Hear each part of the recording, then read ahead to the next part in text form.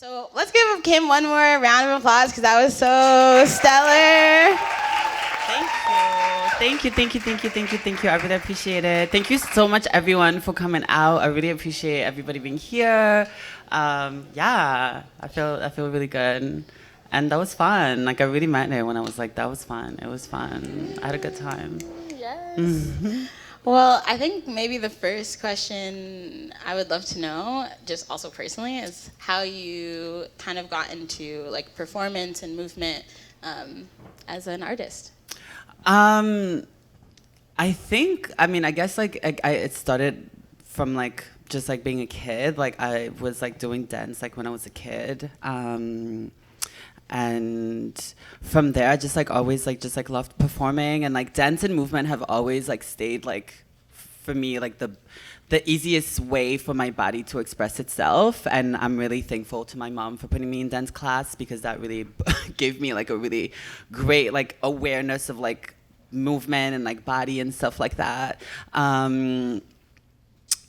And then from there, like, yeah, I lived in Montreal for a little while, like, and then like kind of just like stumbled upon like performance by like just hanging out around like a whole bunch of like other like black and brown like queer performers. And I was like, oh, like there's people doing this, like, and I kind of like doing that, and they're doing it on stage, and I kind of just like started doing it.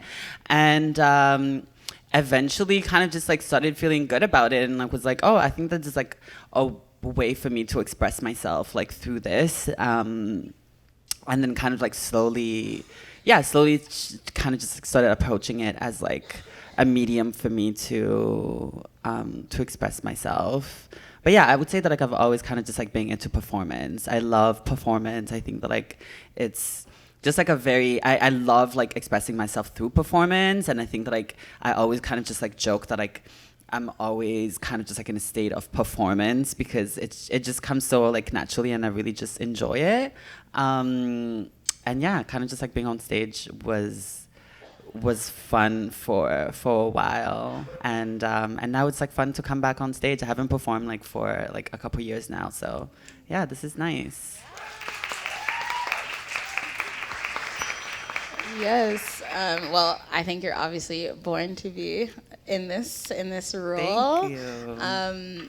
Yeah, I think you talk about this in your introduction or your artist bio and artist statement, just like performance and dance as a liberation for yourself. Mm-hmm. And when we were chatting earlier, you were saying that this performance in and of itself was something that has shaped and taken form over like 3 years in the making. So I would love to hear more about that aspect and how you kind of, what inspired you for this, and yeah, how this came to be. Mm-hmm. Well, I first did this performance, like the first iteration, I guess, of this performance in 2000. Like, it's actually longer than 3 years. It was like in 2017. It was like during Pride here in Toronto, and like I produced a show with Unit 2 Collective, and I produced a show during Pride at blah blah blah Buddies in Bad Times Theater, and it was like an all like trans femme of color like lineup, and that was the first time that I performed this piece, and it was very important for me to. I opened with this, like I wasn't supposed to open, but like I ended up like opening, and I kind of just like felt that like it ended up feeling right, because I kind of just like felt like it really set up the mood for the night. Because I think that like in 2017 also I feel like I was like very much like I was in a stage of rage. I used to be very, very like not anger, I would say rage. Just rage in general was kind of just like an emotion that I really loved to dig into, create. I don't think that like that's where I find like creativity and myself right now anymore, but it used to be, and that's where this piece came from. It came from like a lot of like rage and a lot of like resentment towards like society and the world, and it was also during a time where like it was in 2017, so like a few years before like the whole kind of just like world like like waking up to and being like, oh wow, racism is a thing, right, in like 2020. But like we were already on that time, right? We were already just like, bitch, I'm sorry, you know, like girl, like it's, you know, it's like wake up, like let's get to this. And like it was also like just like a very, I think like, yeah, like 2016, 2017, I mean like ongoing until now, like was like just like it was very deadly years for like Black trans like women specifically. I would say yes in the state, but like it's also kind of just like interesting to me because like there's so much violence, like unrecorded violence happening to Black trans people outside of America, right? That like is not acknowledged. At least like for me, I acknowledge it, and like I'm not asking other people to acknowledge it, but like for me, it's also coming from the knowledge that like yes, we have like the numbers, even that like it's skewed. We have the numbers from like the States, but like when we're thinking like realistically, like there's so much violence going on, like whether that's like, you know, in like on the continent or like in places like Brazil or like all of those like places where like being trans is actually just like so common but also just like so taboo, right? So it came from like a place of like rage and kind of just like feeling like very powerless, and then kind of just being like, okay, like let me at least like do something to put it out. And that was like the time where that was the first time when I performed that I was like I asked the audience to remain quiet, because that was a moment where I realized that like I like the audience like interacting with me while I'm performing was feeling so, I was feeling so raw at the time that like I was like, I don't want to feel outside energy while this is happening, right? And also because like so many times like I feel that like everything that I do is first and primarily for Black trans people, specifically for Black trans femmes, but like other people are welcome to like, you know, be part of it and like witness it, but like it's also kind of, I was like, okay, if it's not a room full of like Black trans people, like Black trans femmes specifically, I don't want the energy to kind of like mix with what I'm doing. And that was like the first time where like I started like implementing that, and like since then I was like, I'm just gonna do this because like I kind of just like the you know, creating like a boundary also with like the audience. I love y'all, but like it's fun. Boundaries are fun, right? Boundaries are actually very fun. But yeah, I don't know if I answered your question.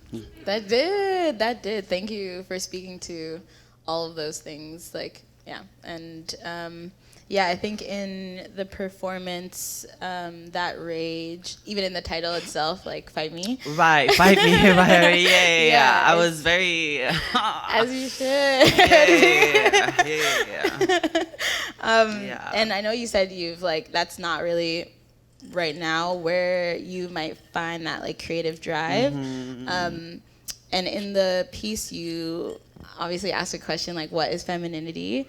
And I'd be curious around like, I mean, you kind of spoke to this, but a little bit more around that question. What made you want to like ask that part, as well as like, is that something that you feel like you have a current answer to in your own body? Oh, that's a great question.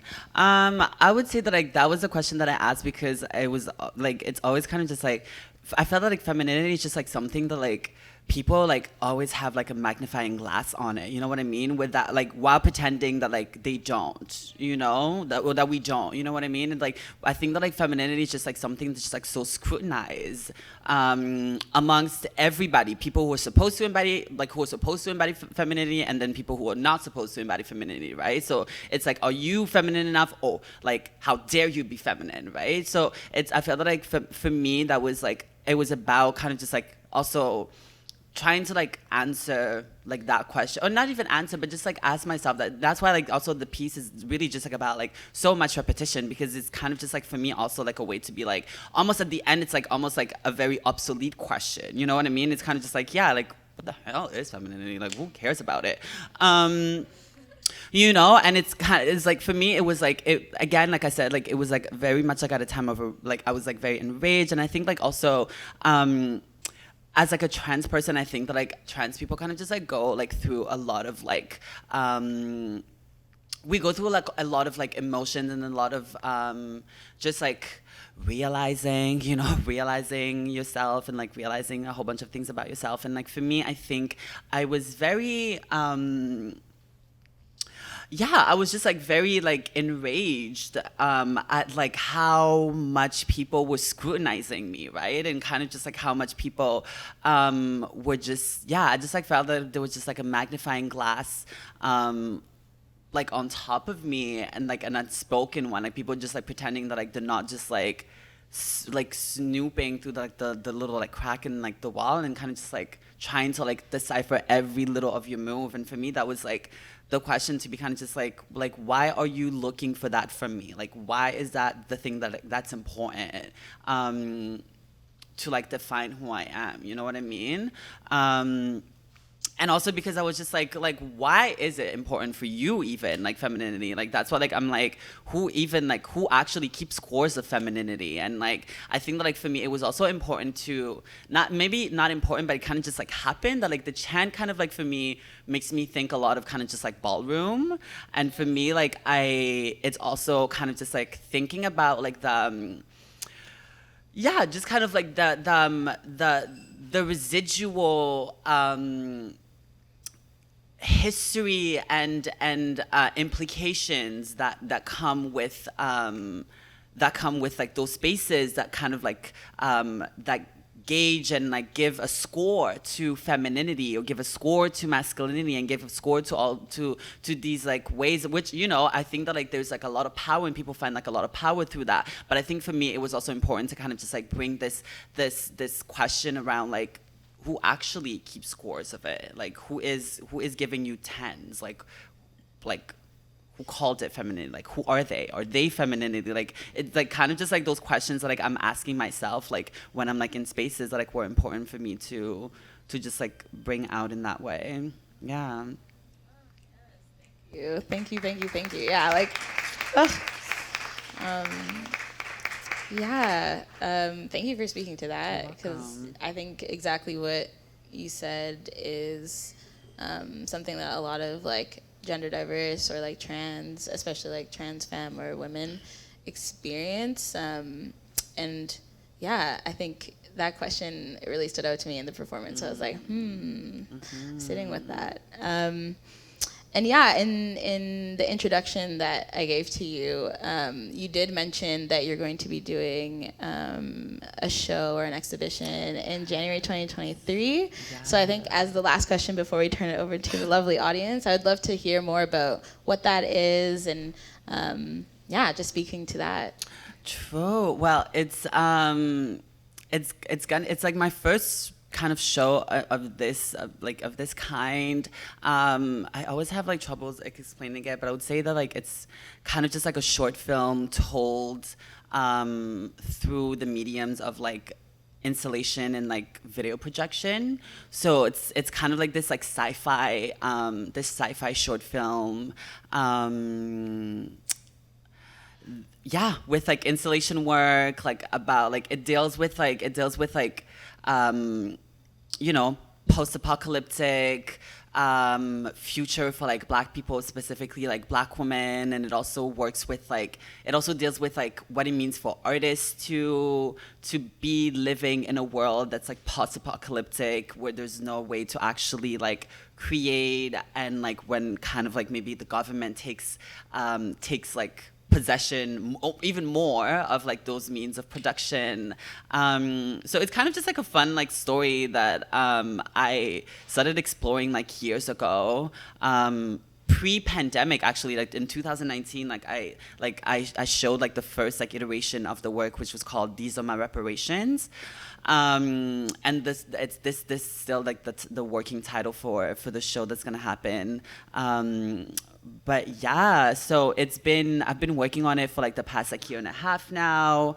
And I finally shot like the short film like this past May here in Toronto with videographer extraordinaire Roya, who is in the building. Exactly. Exactly. Icon. Period.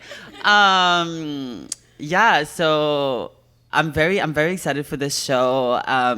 Because I'm very excited about the story. Like I think that like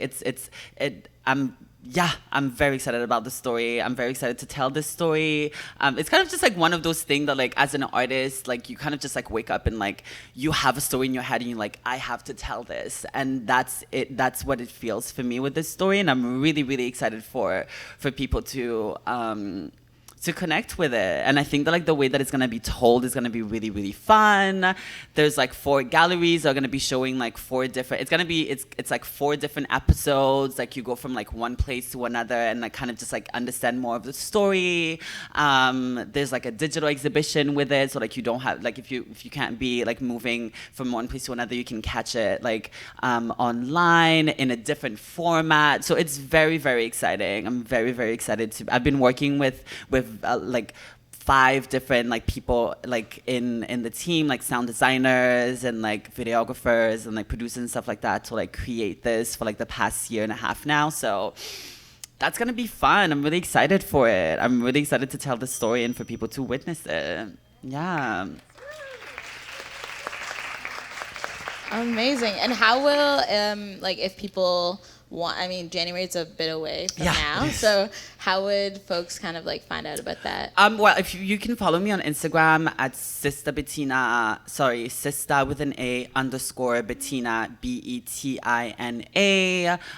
Hopefully I'll come out with a website soon. I really need to do that.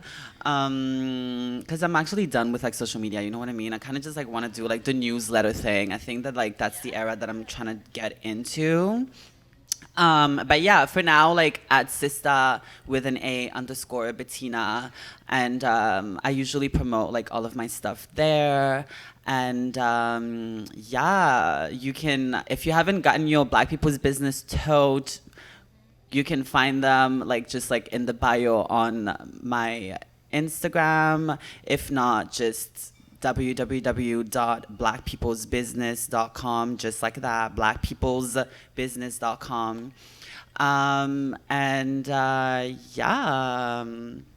Yeah, there's a couple shows like coming up in Montreal. I wanted to correct you. So sorry, I heard you in the back being like, I was like, oh. The Black People's Business cookout that's gonna happen this time is gonna be in Montreal because I'm a Montreal baddie now. But I'm also like I would love for some people to, like if y'all want to chatter. Toronto's like, what the heck? It's been 2 years in a row in Toronto. I think that like I can give the Montreal Black folks like a little bit of the taste of what we do here. And I would love, like, there's some people who already told me that they're gonna be coming down in Montreal. So I'm also trying to like kind of like make it like. Trying to adjust the date with the people in Toronto because I want y'all to come. So for now, like we're settling for like mid-August, you know, date to be determined, but like mid-August. Like get your ticket if you want to come through. It's free, but just like come through to Montreal. But yeah, I'm really excited for it. Like the fundraiser is gonna go out like sometime in July, and if y'all know people who are just about like like people or corporations or whatever who are about like donating to great causes, like redistributing funds to Black trans femmes in the country, then hit me up, and I'd love to point them out in the direction of Black People's Business Barbecue. Yeah. Okay. Woo! Okay, amazing. Okay, on that note, I think we'll do questions, and I saw a hand already, so I'm gonna throw it over to you, and then we can just do a pass along. So I love that you opened with Kalela. Ah, I literally have a Kalela tramp stamp. Like I love her. Oh my God, I want to get one. Yeah, no, I'm obsessed. Okay, same. So I think my question Okay, for hi, you, Omi. yeah, my question for you is, how does Kalela's sensuality trouble femininity for you? Ooh, I thought about that one. You're so I thought good. about it. I thought about it. That's so good. Oh my god, that's such a great question. I don't even think that like I've thought about that, but like obviously she does that. I don't know. I think that there's just like something about well,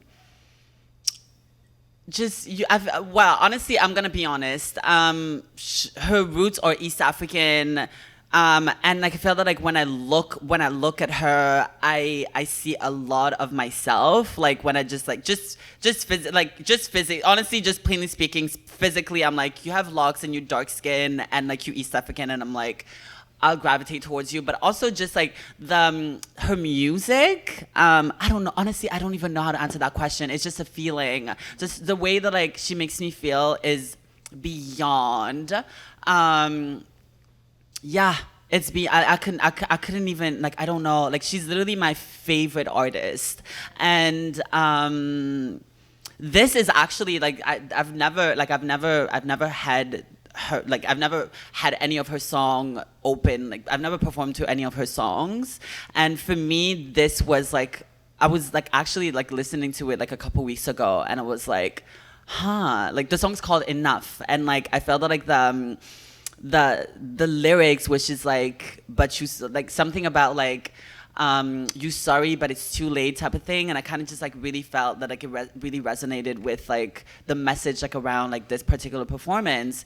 But honestly, yo man, I don't know, honestly, Kalela is just God to me. Like Kalela is just like, when she speaks to me, like when I hear her songs, like it's literally just like, it's my heart. Like I don't even know what I'm thinking. It just feels. Yeah, but she obviously troubles like the concept of like femininity like 100%. I think that like she moves like very well through like all the ideas of like femininity and like how to, yeah, she just like expresses herself like through performance in a way that like I really relate to. And like when I saw her popping up on like the scene, I was like, yes. Yeah. I think that's an amazing question. I think Enough was like a beautiful song to open with, and I'm like, I obviously love your work. I love how you move.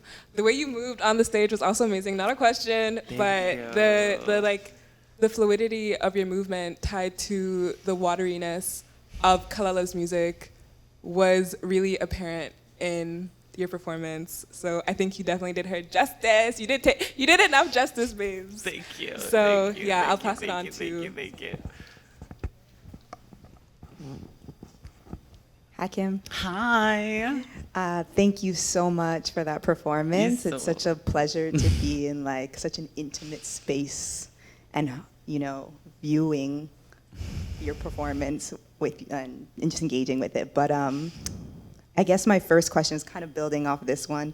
Who really, and you answered it a little bit, but I guess who inspires you and in your femininity, and over time, what has inspired femininity and the way you're thinking about femininity? Because, you know, you've mentioned a bit about it and you performed. Just a bit, you know. No,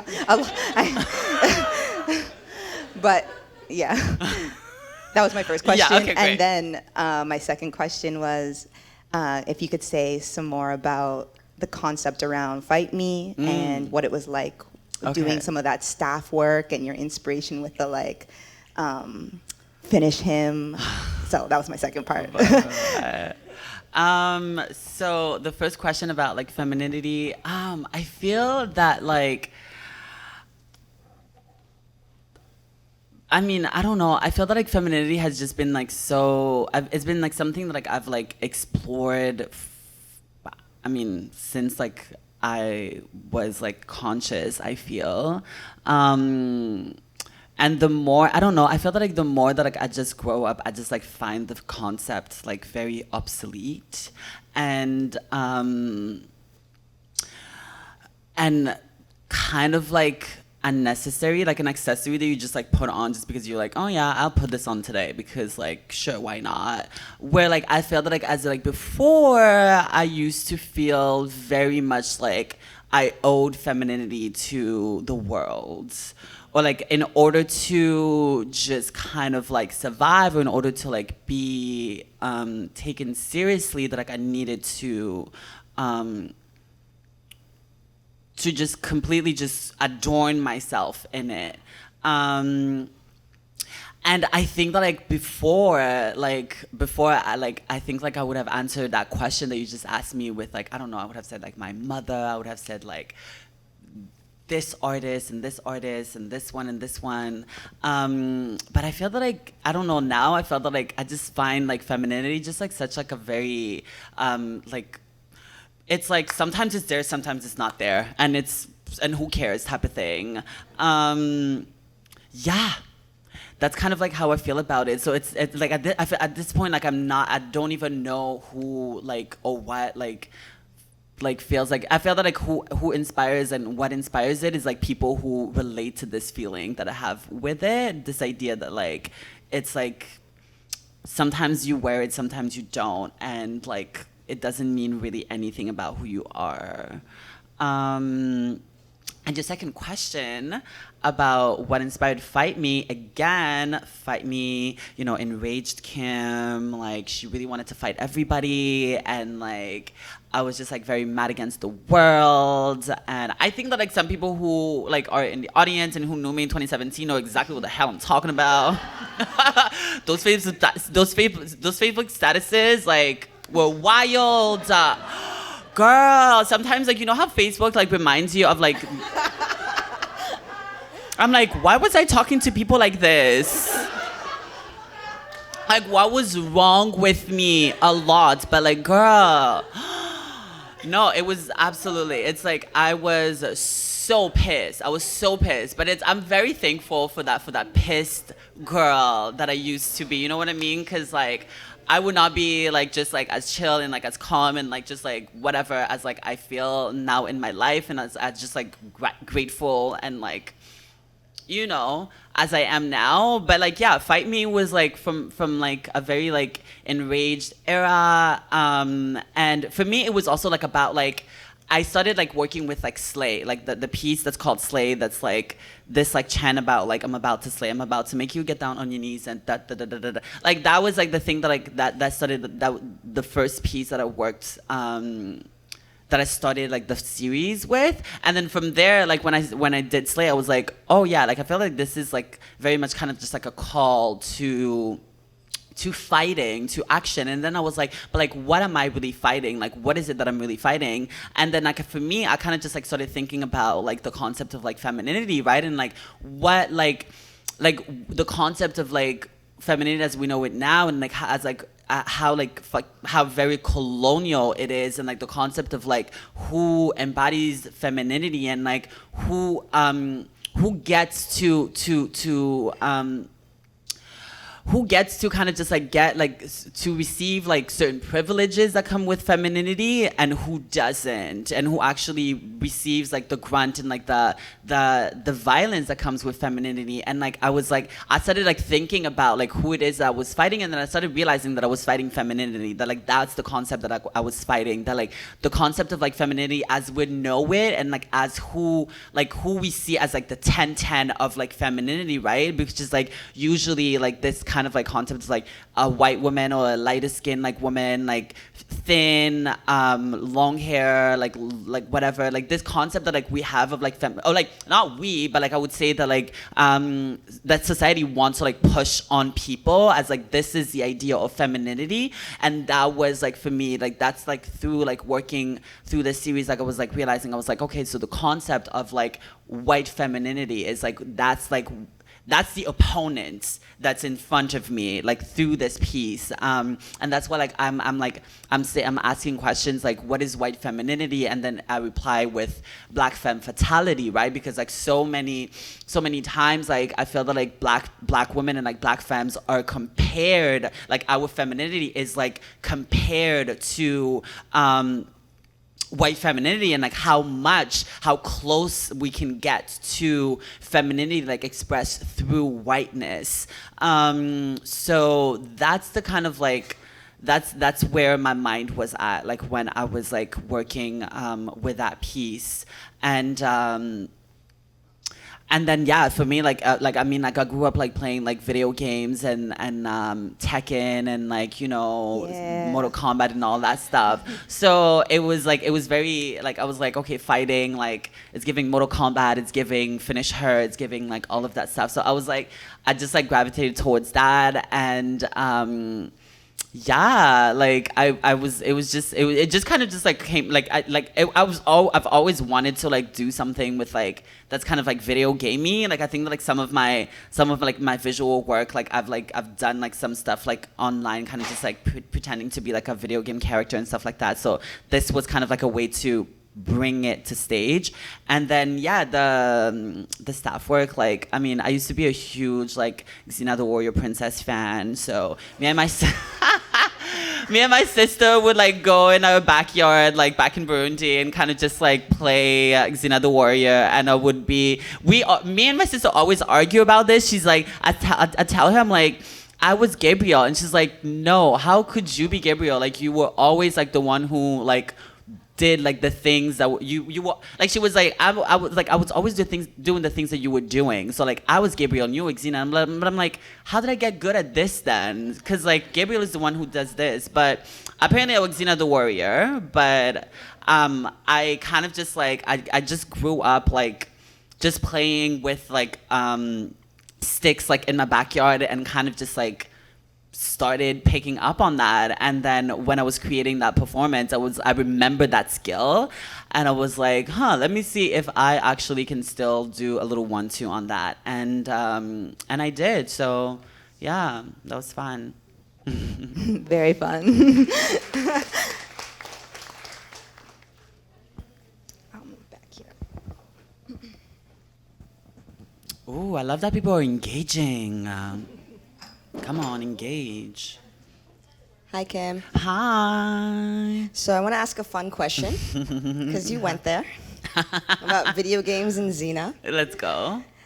So I really like the Mortal Kombat on your piece.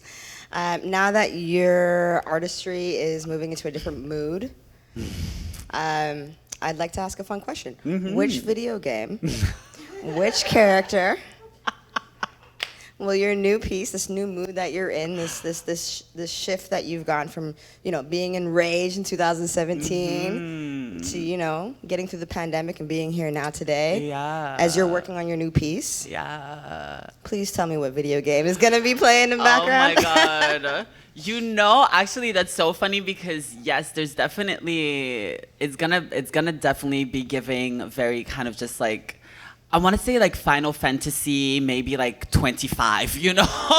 Final Fantasy 20, you know? They came out with like, I don't know how many Final Fantasies, but like Final Fantasy like 25, like, you know, cold, like winter, like it's not like, as much as like it's not steeped in like rage and like that mood, but it's still, still not like fa la la la la la la, you know, like it's still kind of like I'm like, I feel that like it's very much kind of more like about liberation, but like serious. It's like, it's more kind of just like, but like seriously, like enough about like, yes, we all want liberation, but like it's gonna get worse before it gets better. You know what I mean? So like, let's dive into the worst.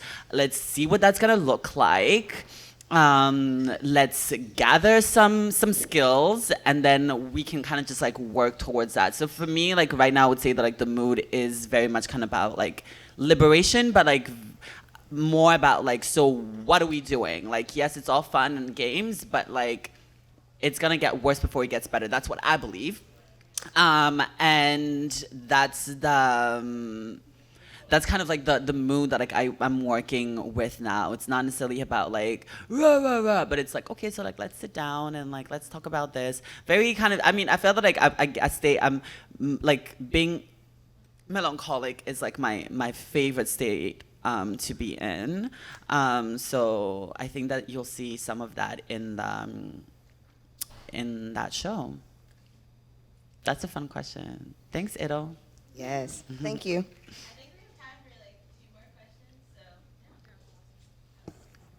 Hi. Hi. My question is, where does being Burundian or Burundian Exactly. experience fit You got into it. your art? Well, I think that like it's very much about the fact that like I'm always like I said, like my work is always from a place of like doing it for Black trans feminine people, because I know that Black trans feminine people like understand, they will understand what I'm saying and like where I'm coming from. I know other people can and will understand, but like for me it's like that's what that's who I do it for. And first and foremost, like African, like Black trans feminine people. And I don't know how like it's part of it. I think I don't know. I think probably like I am Burundian, so like everything that I do is like coming from there. But I think I don't know. That's a good question actually, because I think that like I probably haven't answered. I don't know. Like I think that like sometimes maybe there are performances who showcase it more than others, because I also do work a lot with like sometimes like East African like sounds and like East African music. And like when I say East African music, I mean like 90s like East African pop music. Like I really love that era. Like that grew up on like East African like pop music like when I was like back home. And I really love that kind of music. So I guess like I don't know, like it might not be like I guess like visible sometimes, like when like depending on like what like performance, but I think that like it's always with me. And I know that like when there's like people who are like from like those parts of the world, like there's always kind of just like a connection that happens between me and them, like when I'm performing, or like when like we're having a conversation, like talking about this stuff. But yeah.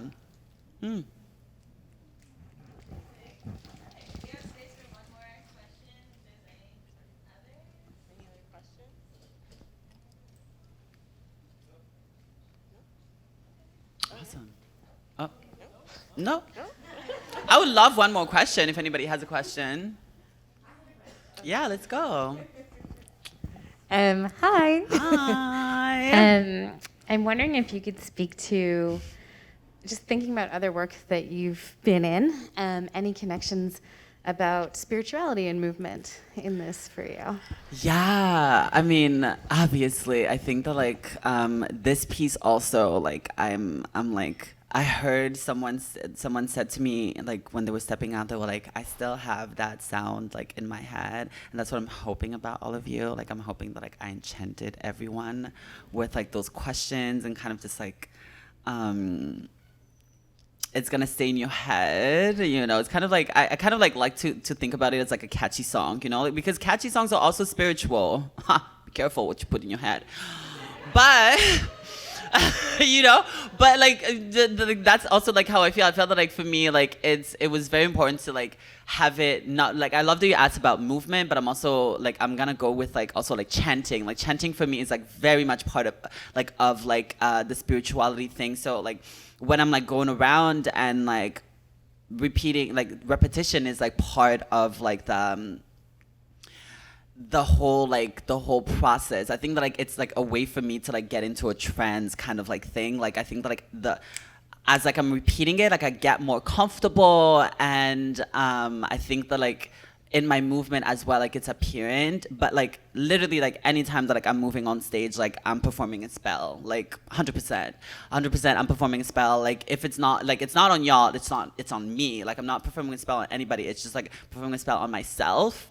And it's just like about just kind of just like releasing things. And then like, and like when if people feel that like something is like grabbing them that they also want to release, then like they do that with me as well. But like 100% yes. And especially tonight, like I really felt like a lot of energy, not only in the space, but like yeah, just like within myself. But like the space also was just like giving like a lot of energy that like I really felt like I wanted and I needed to like let go in this moment. So yeah, full on. This was a very cleansing moment for me. So yeah. It felt like that for us too. I'm glad. Thank you.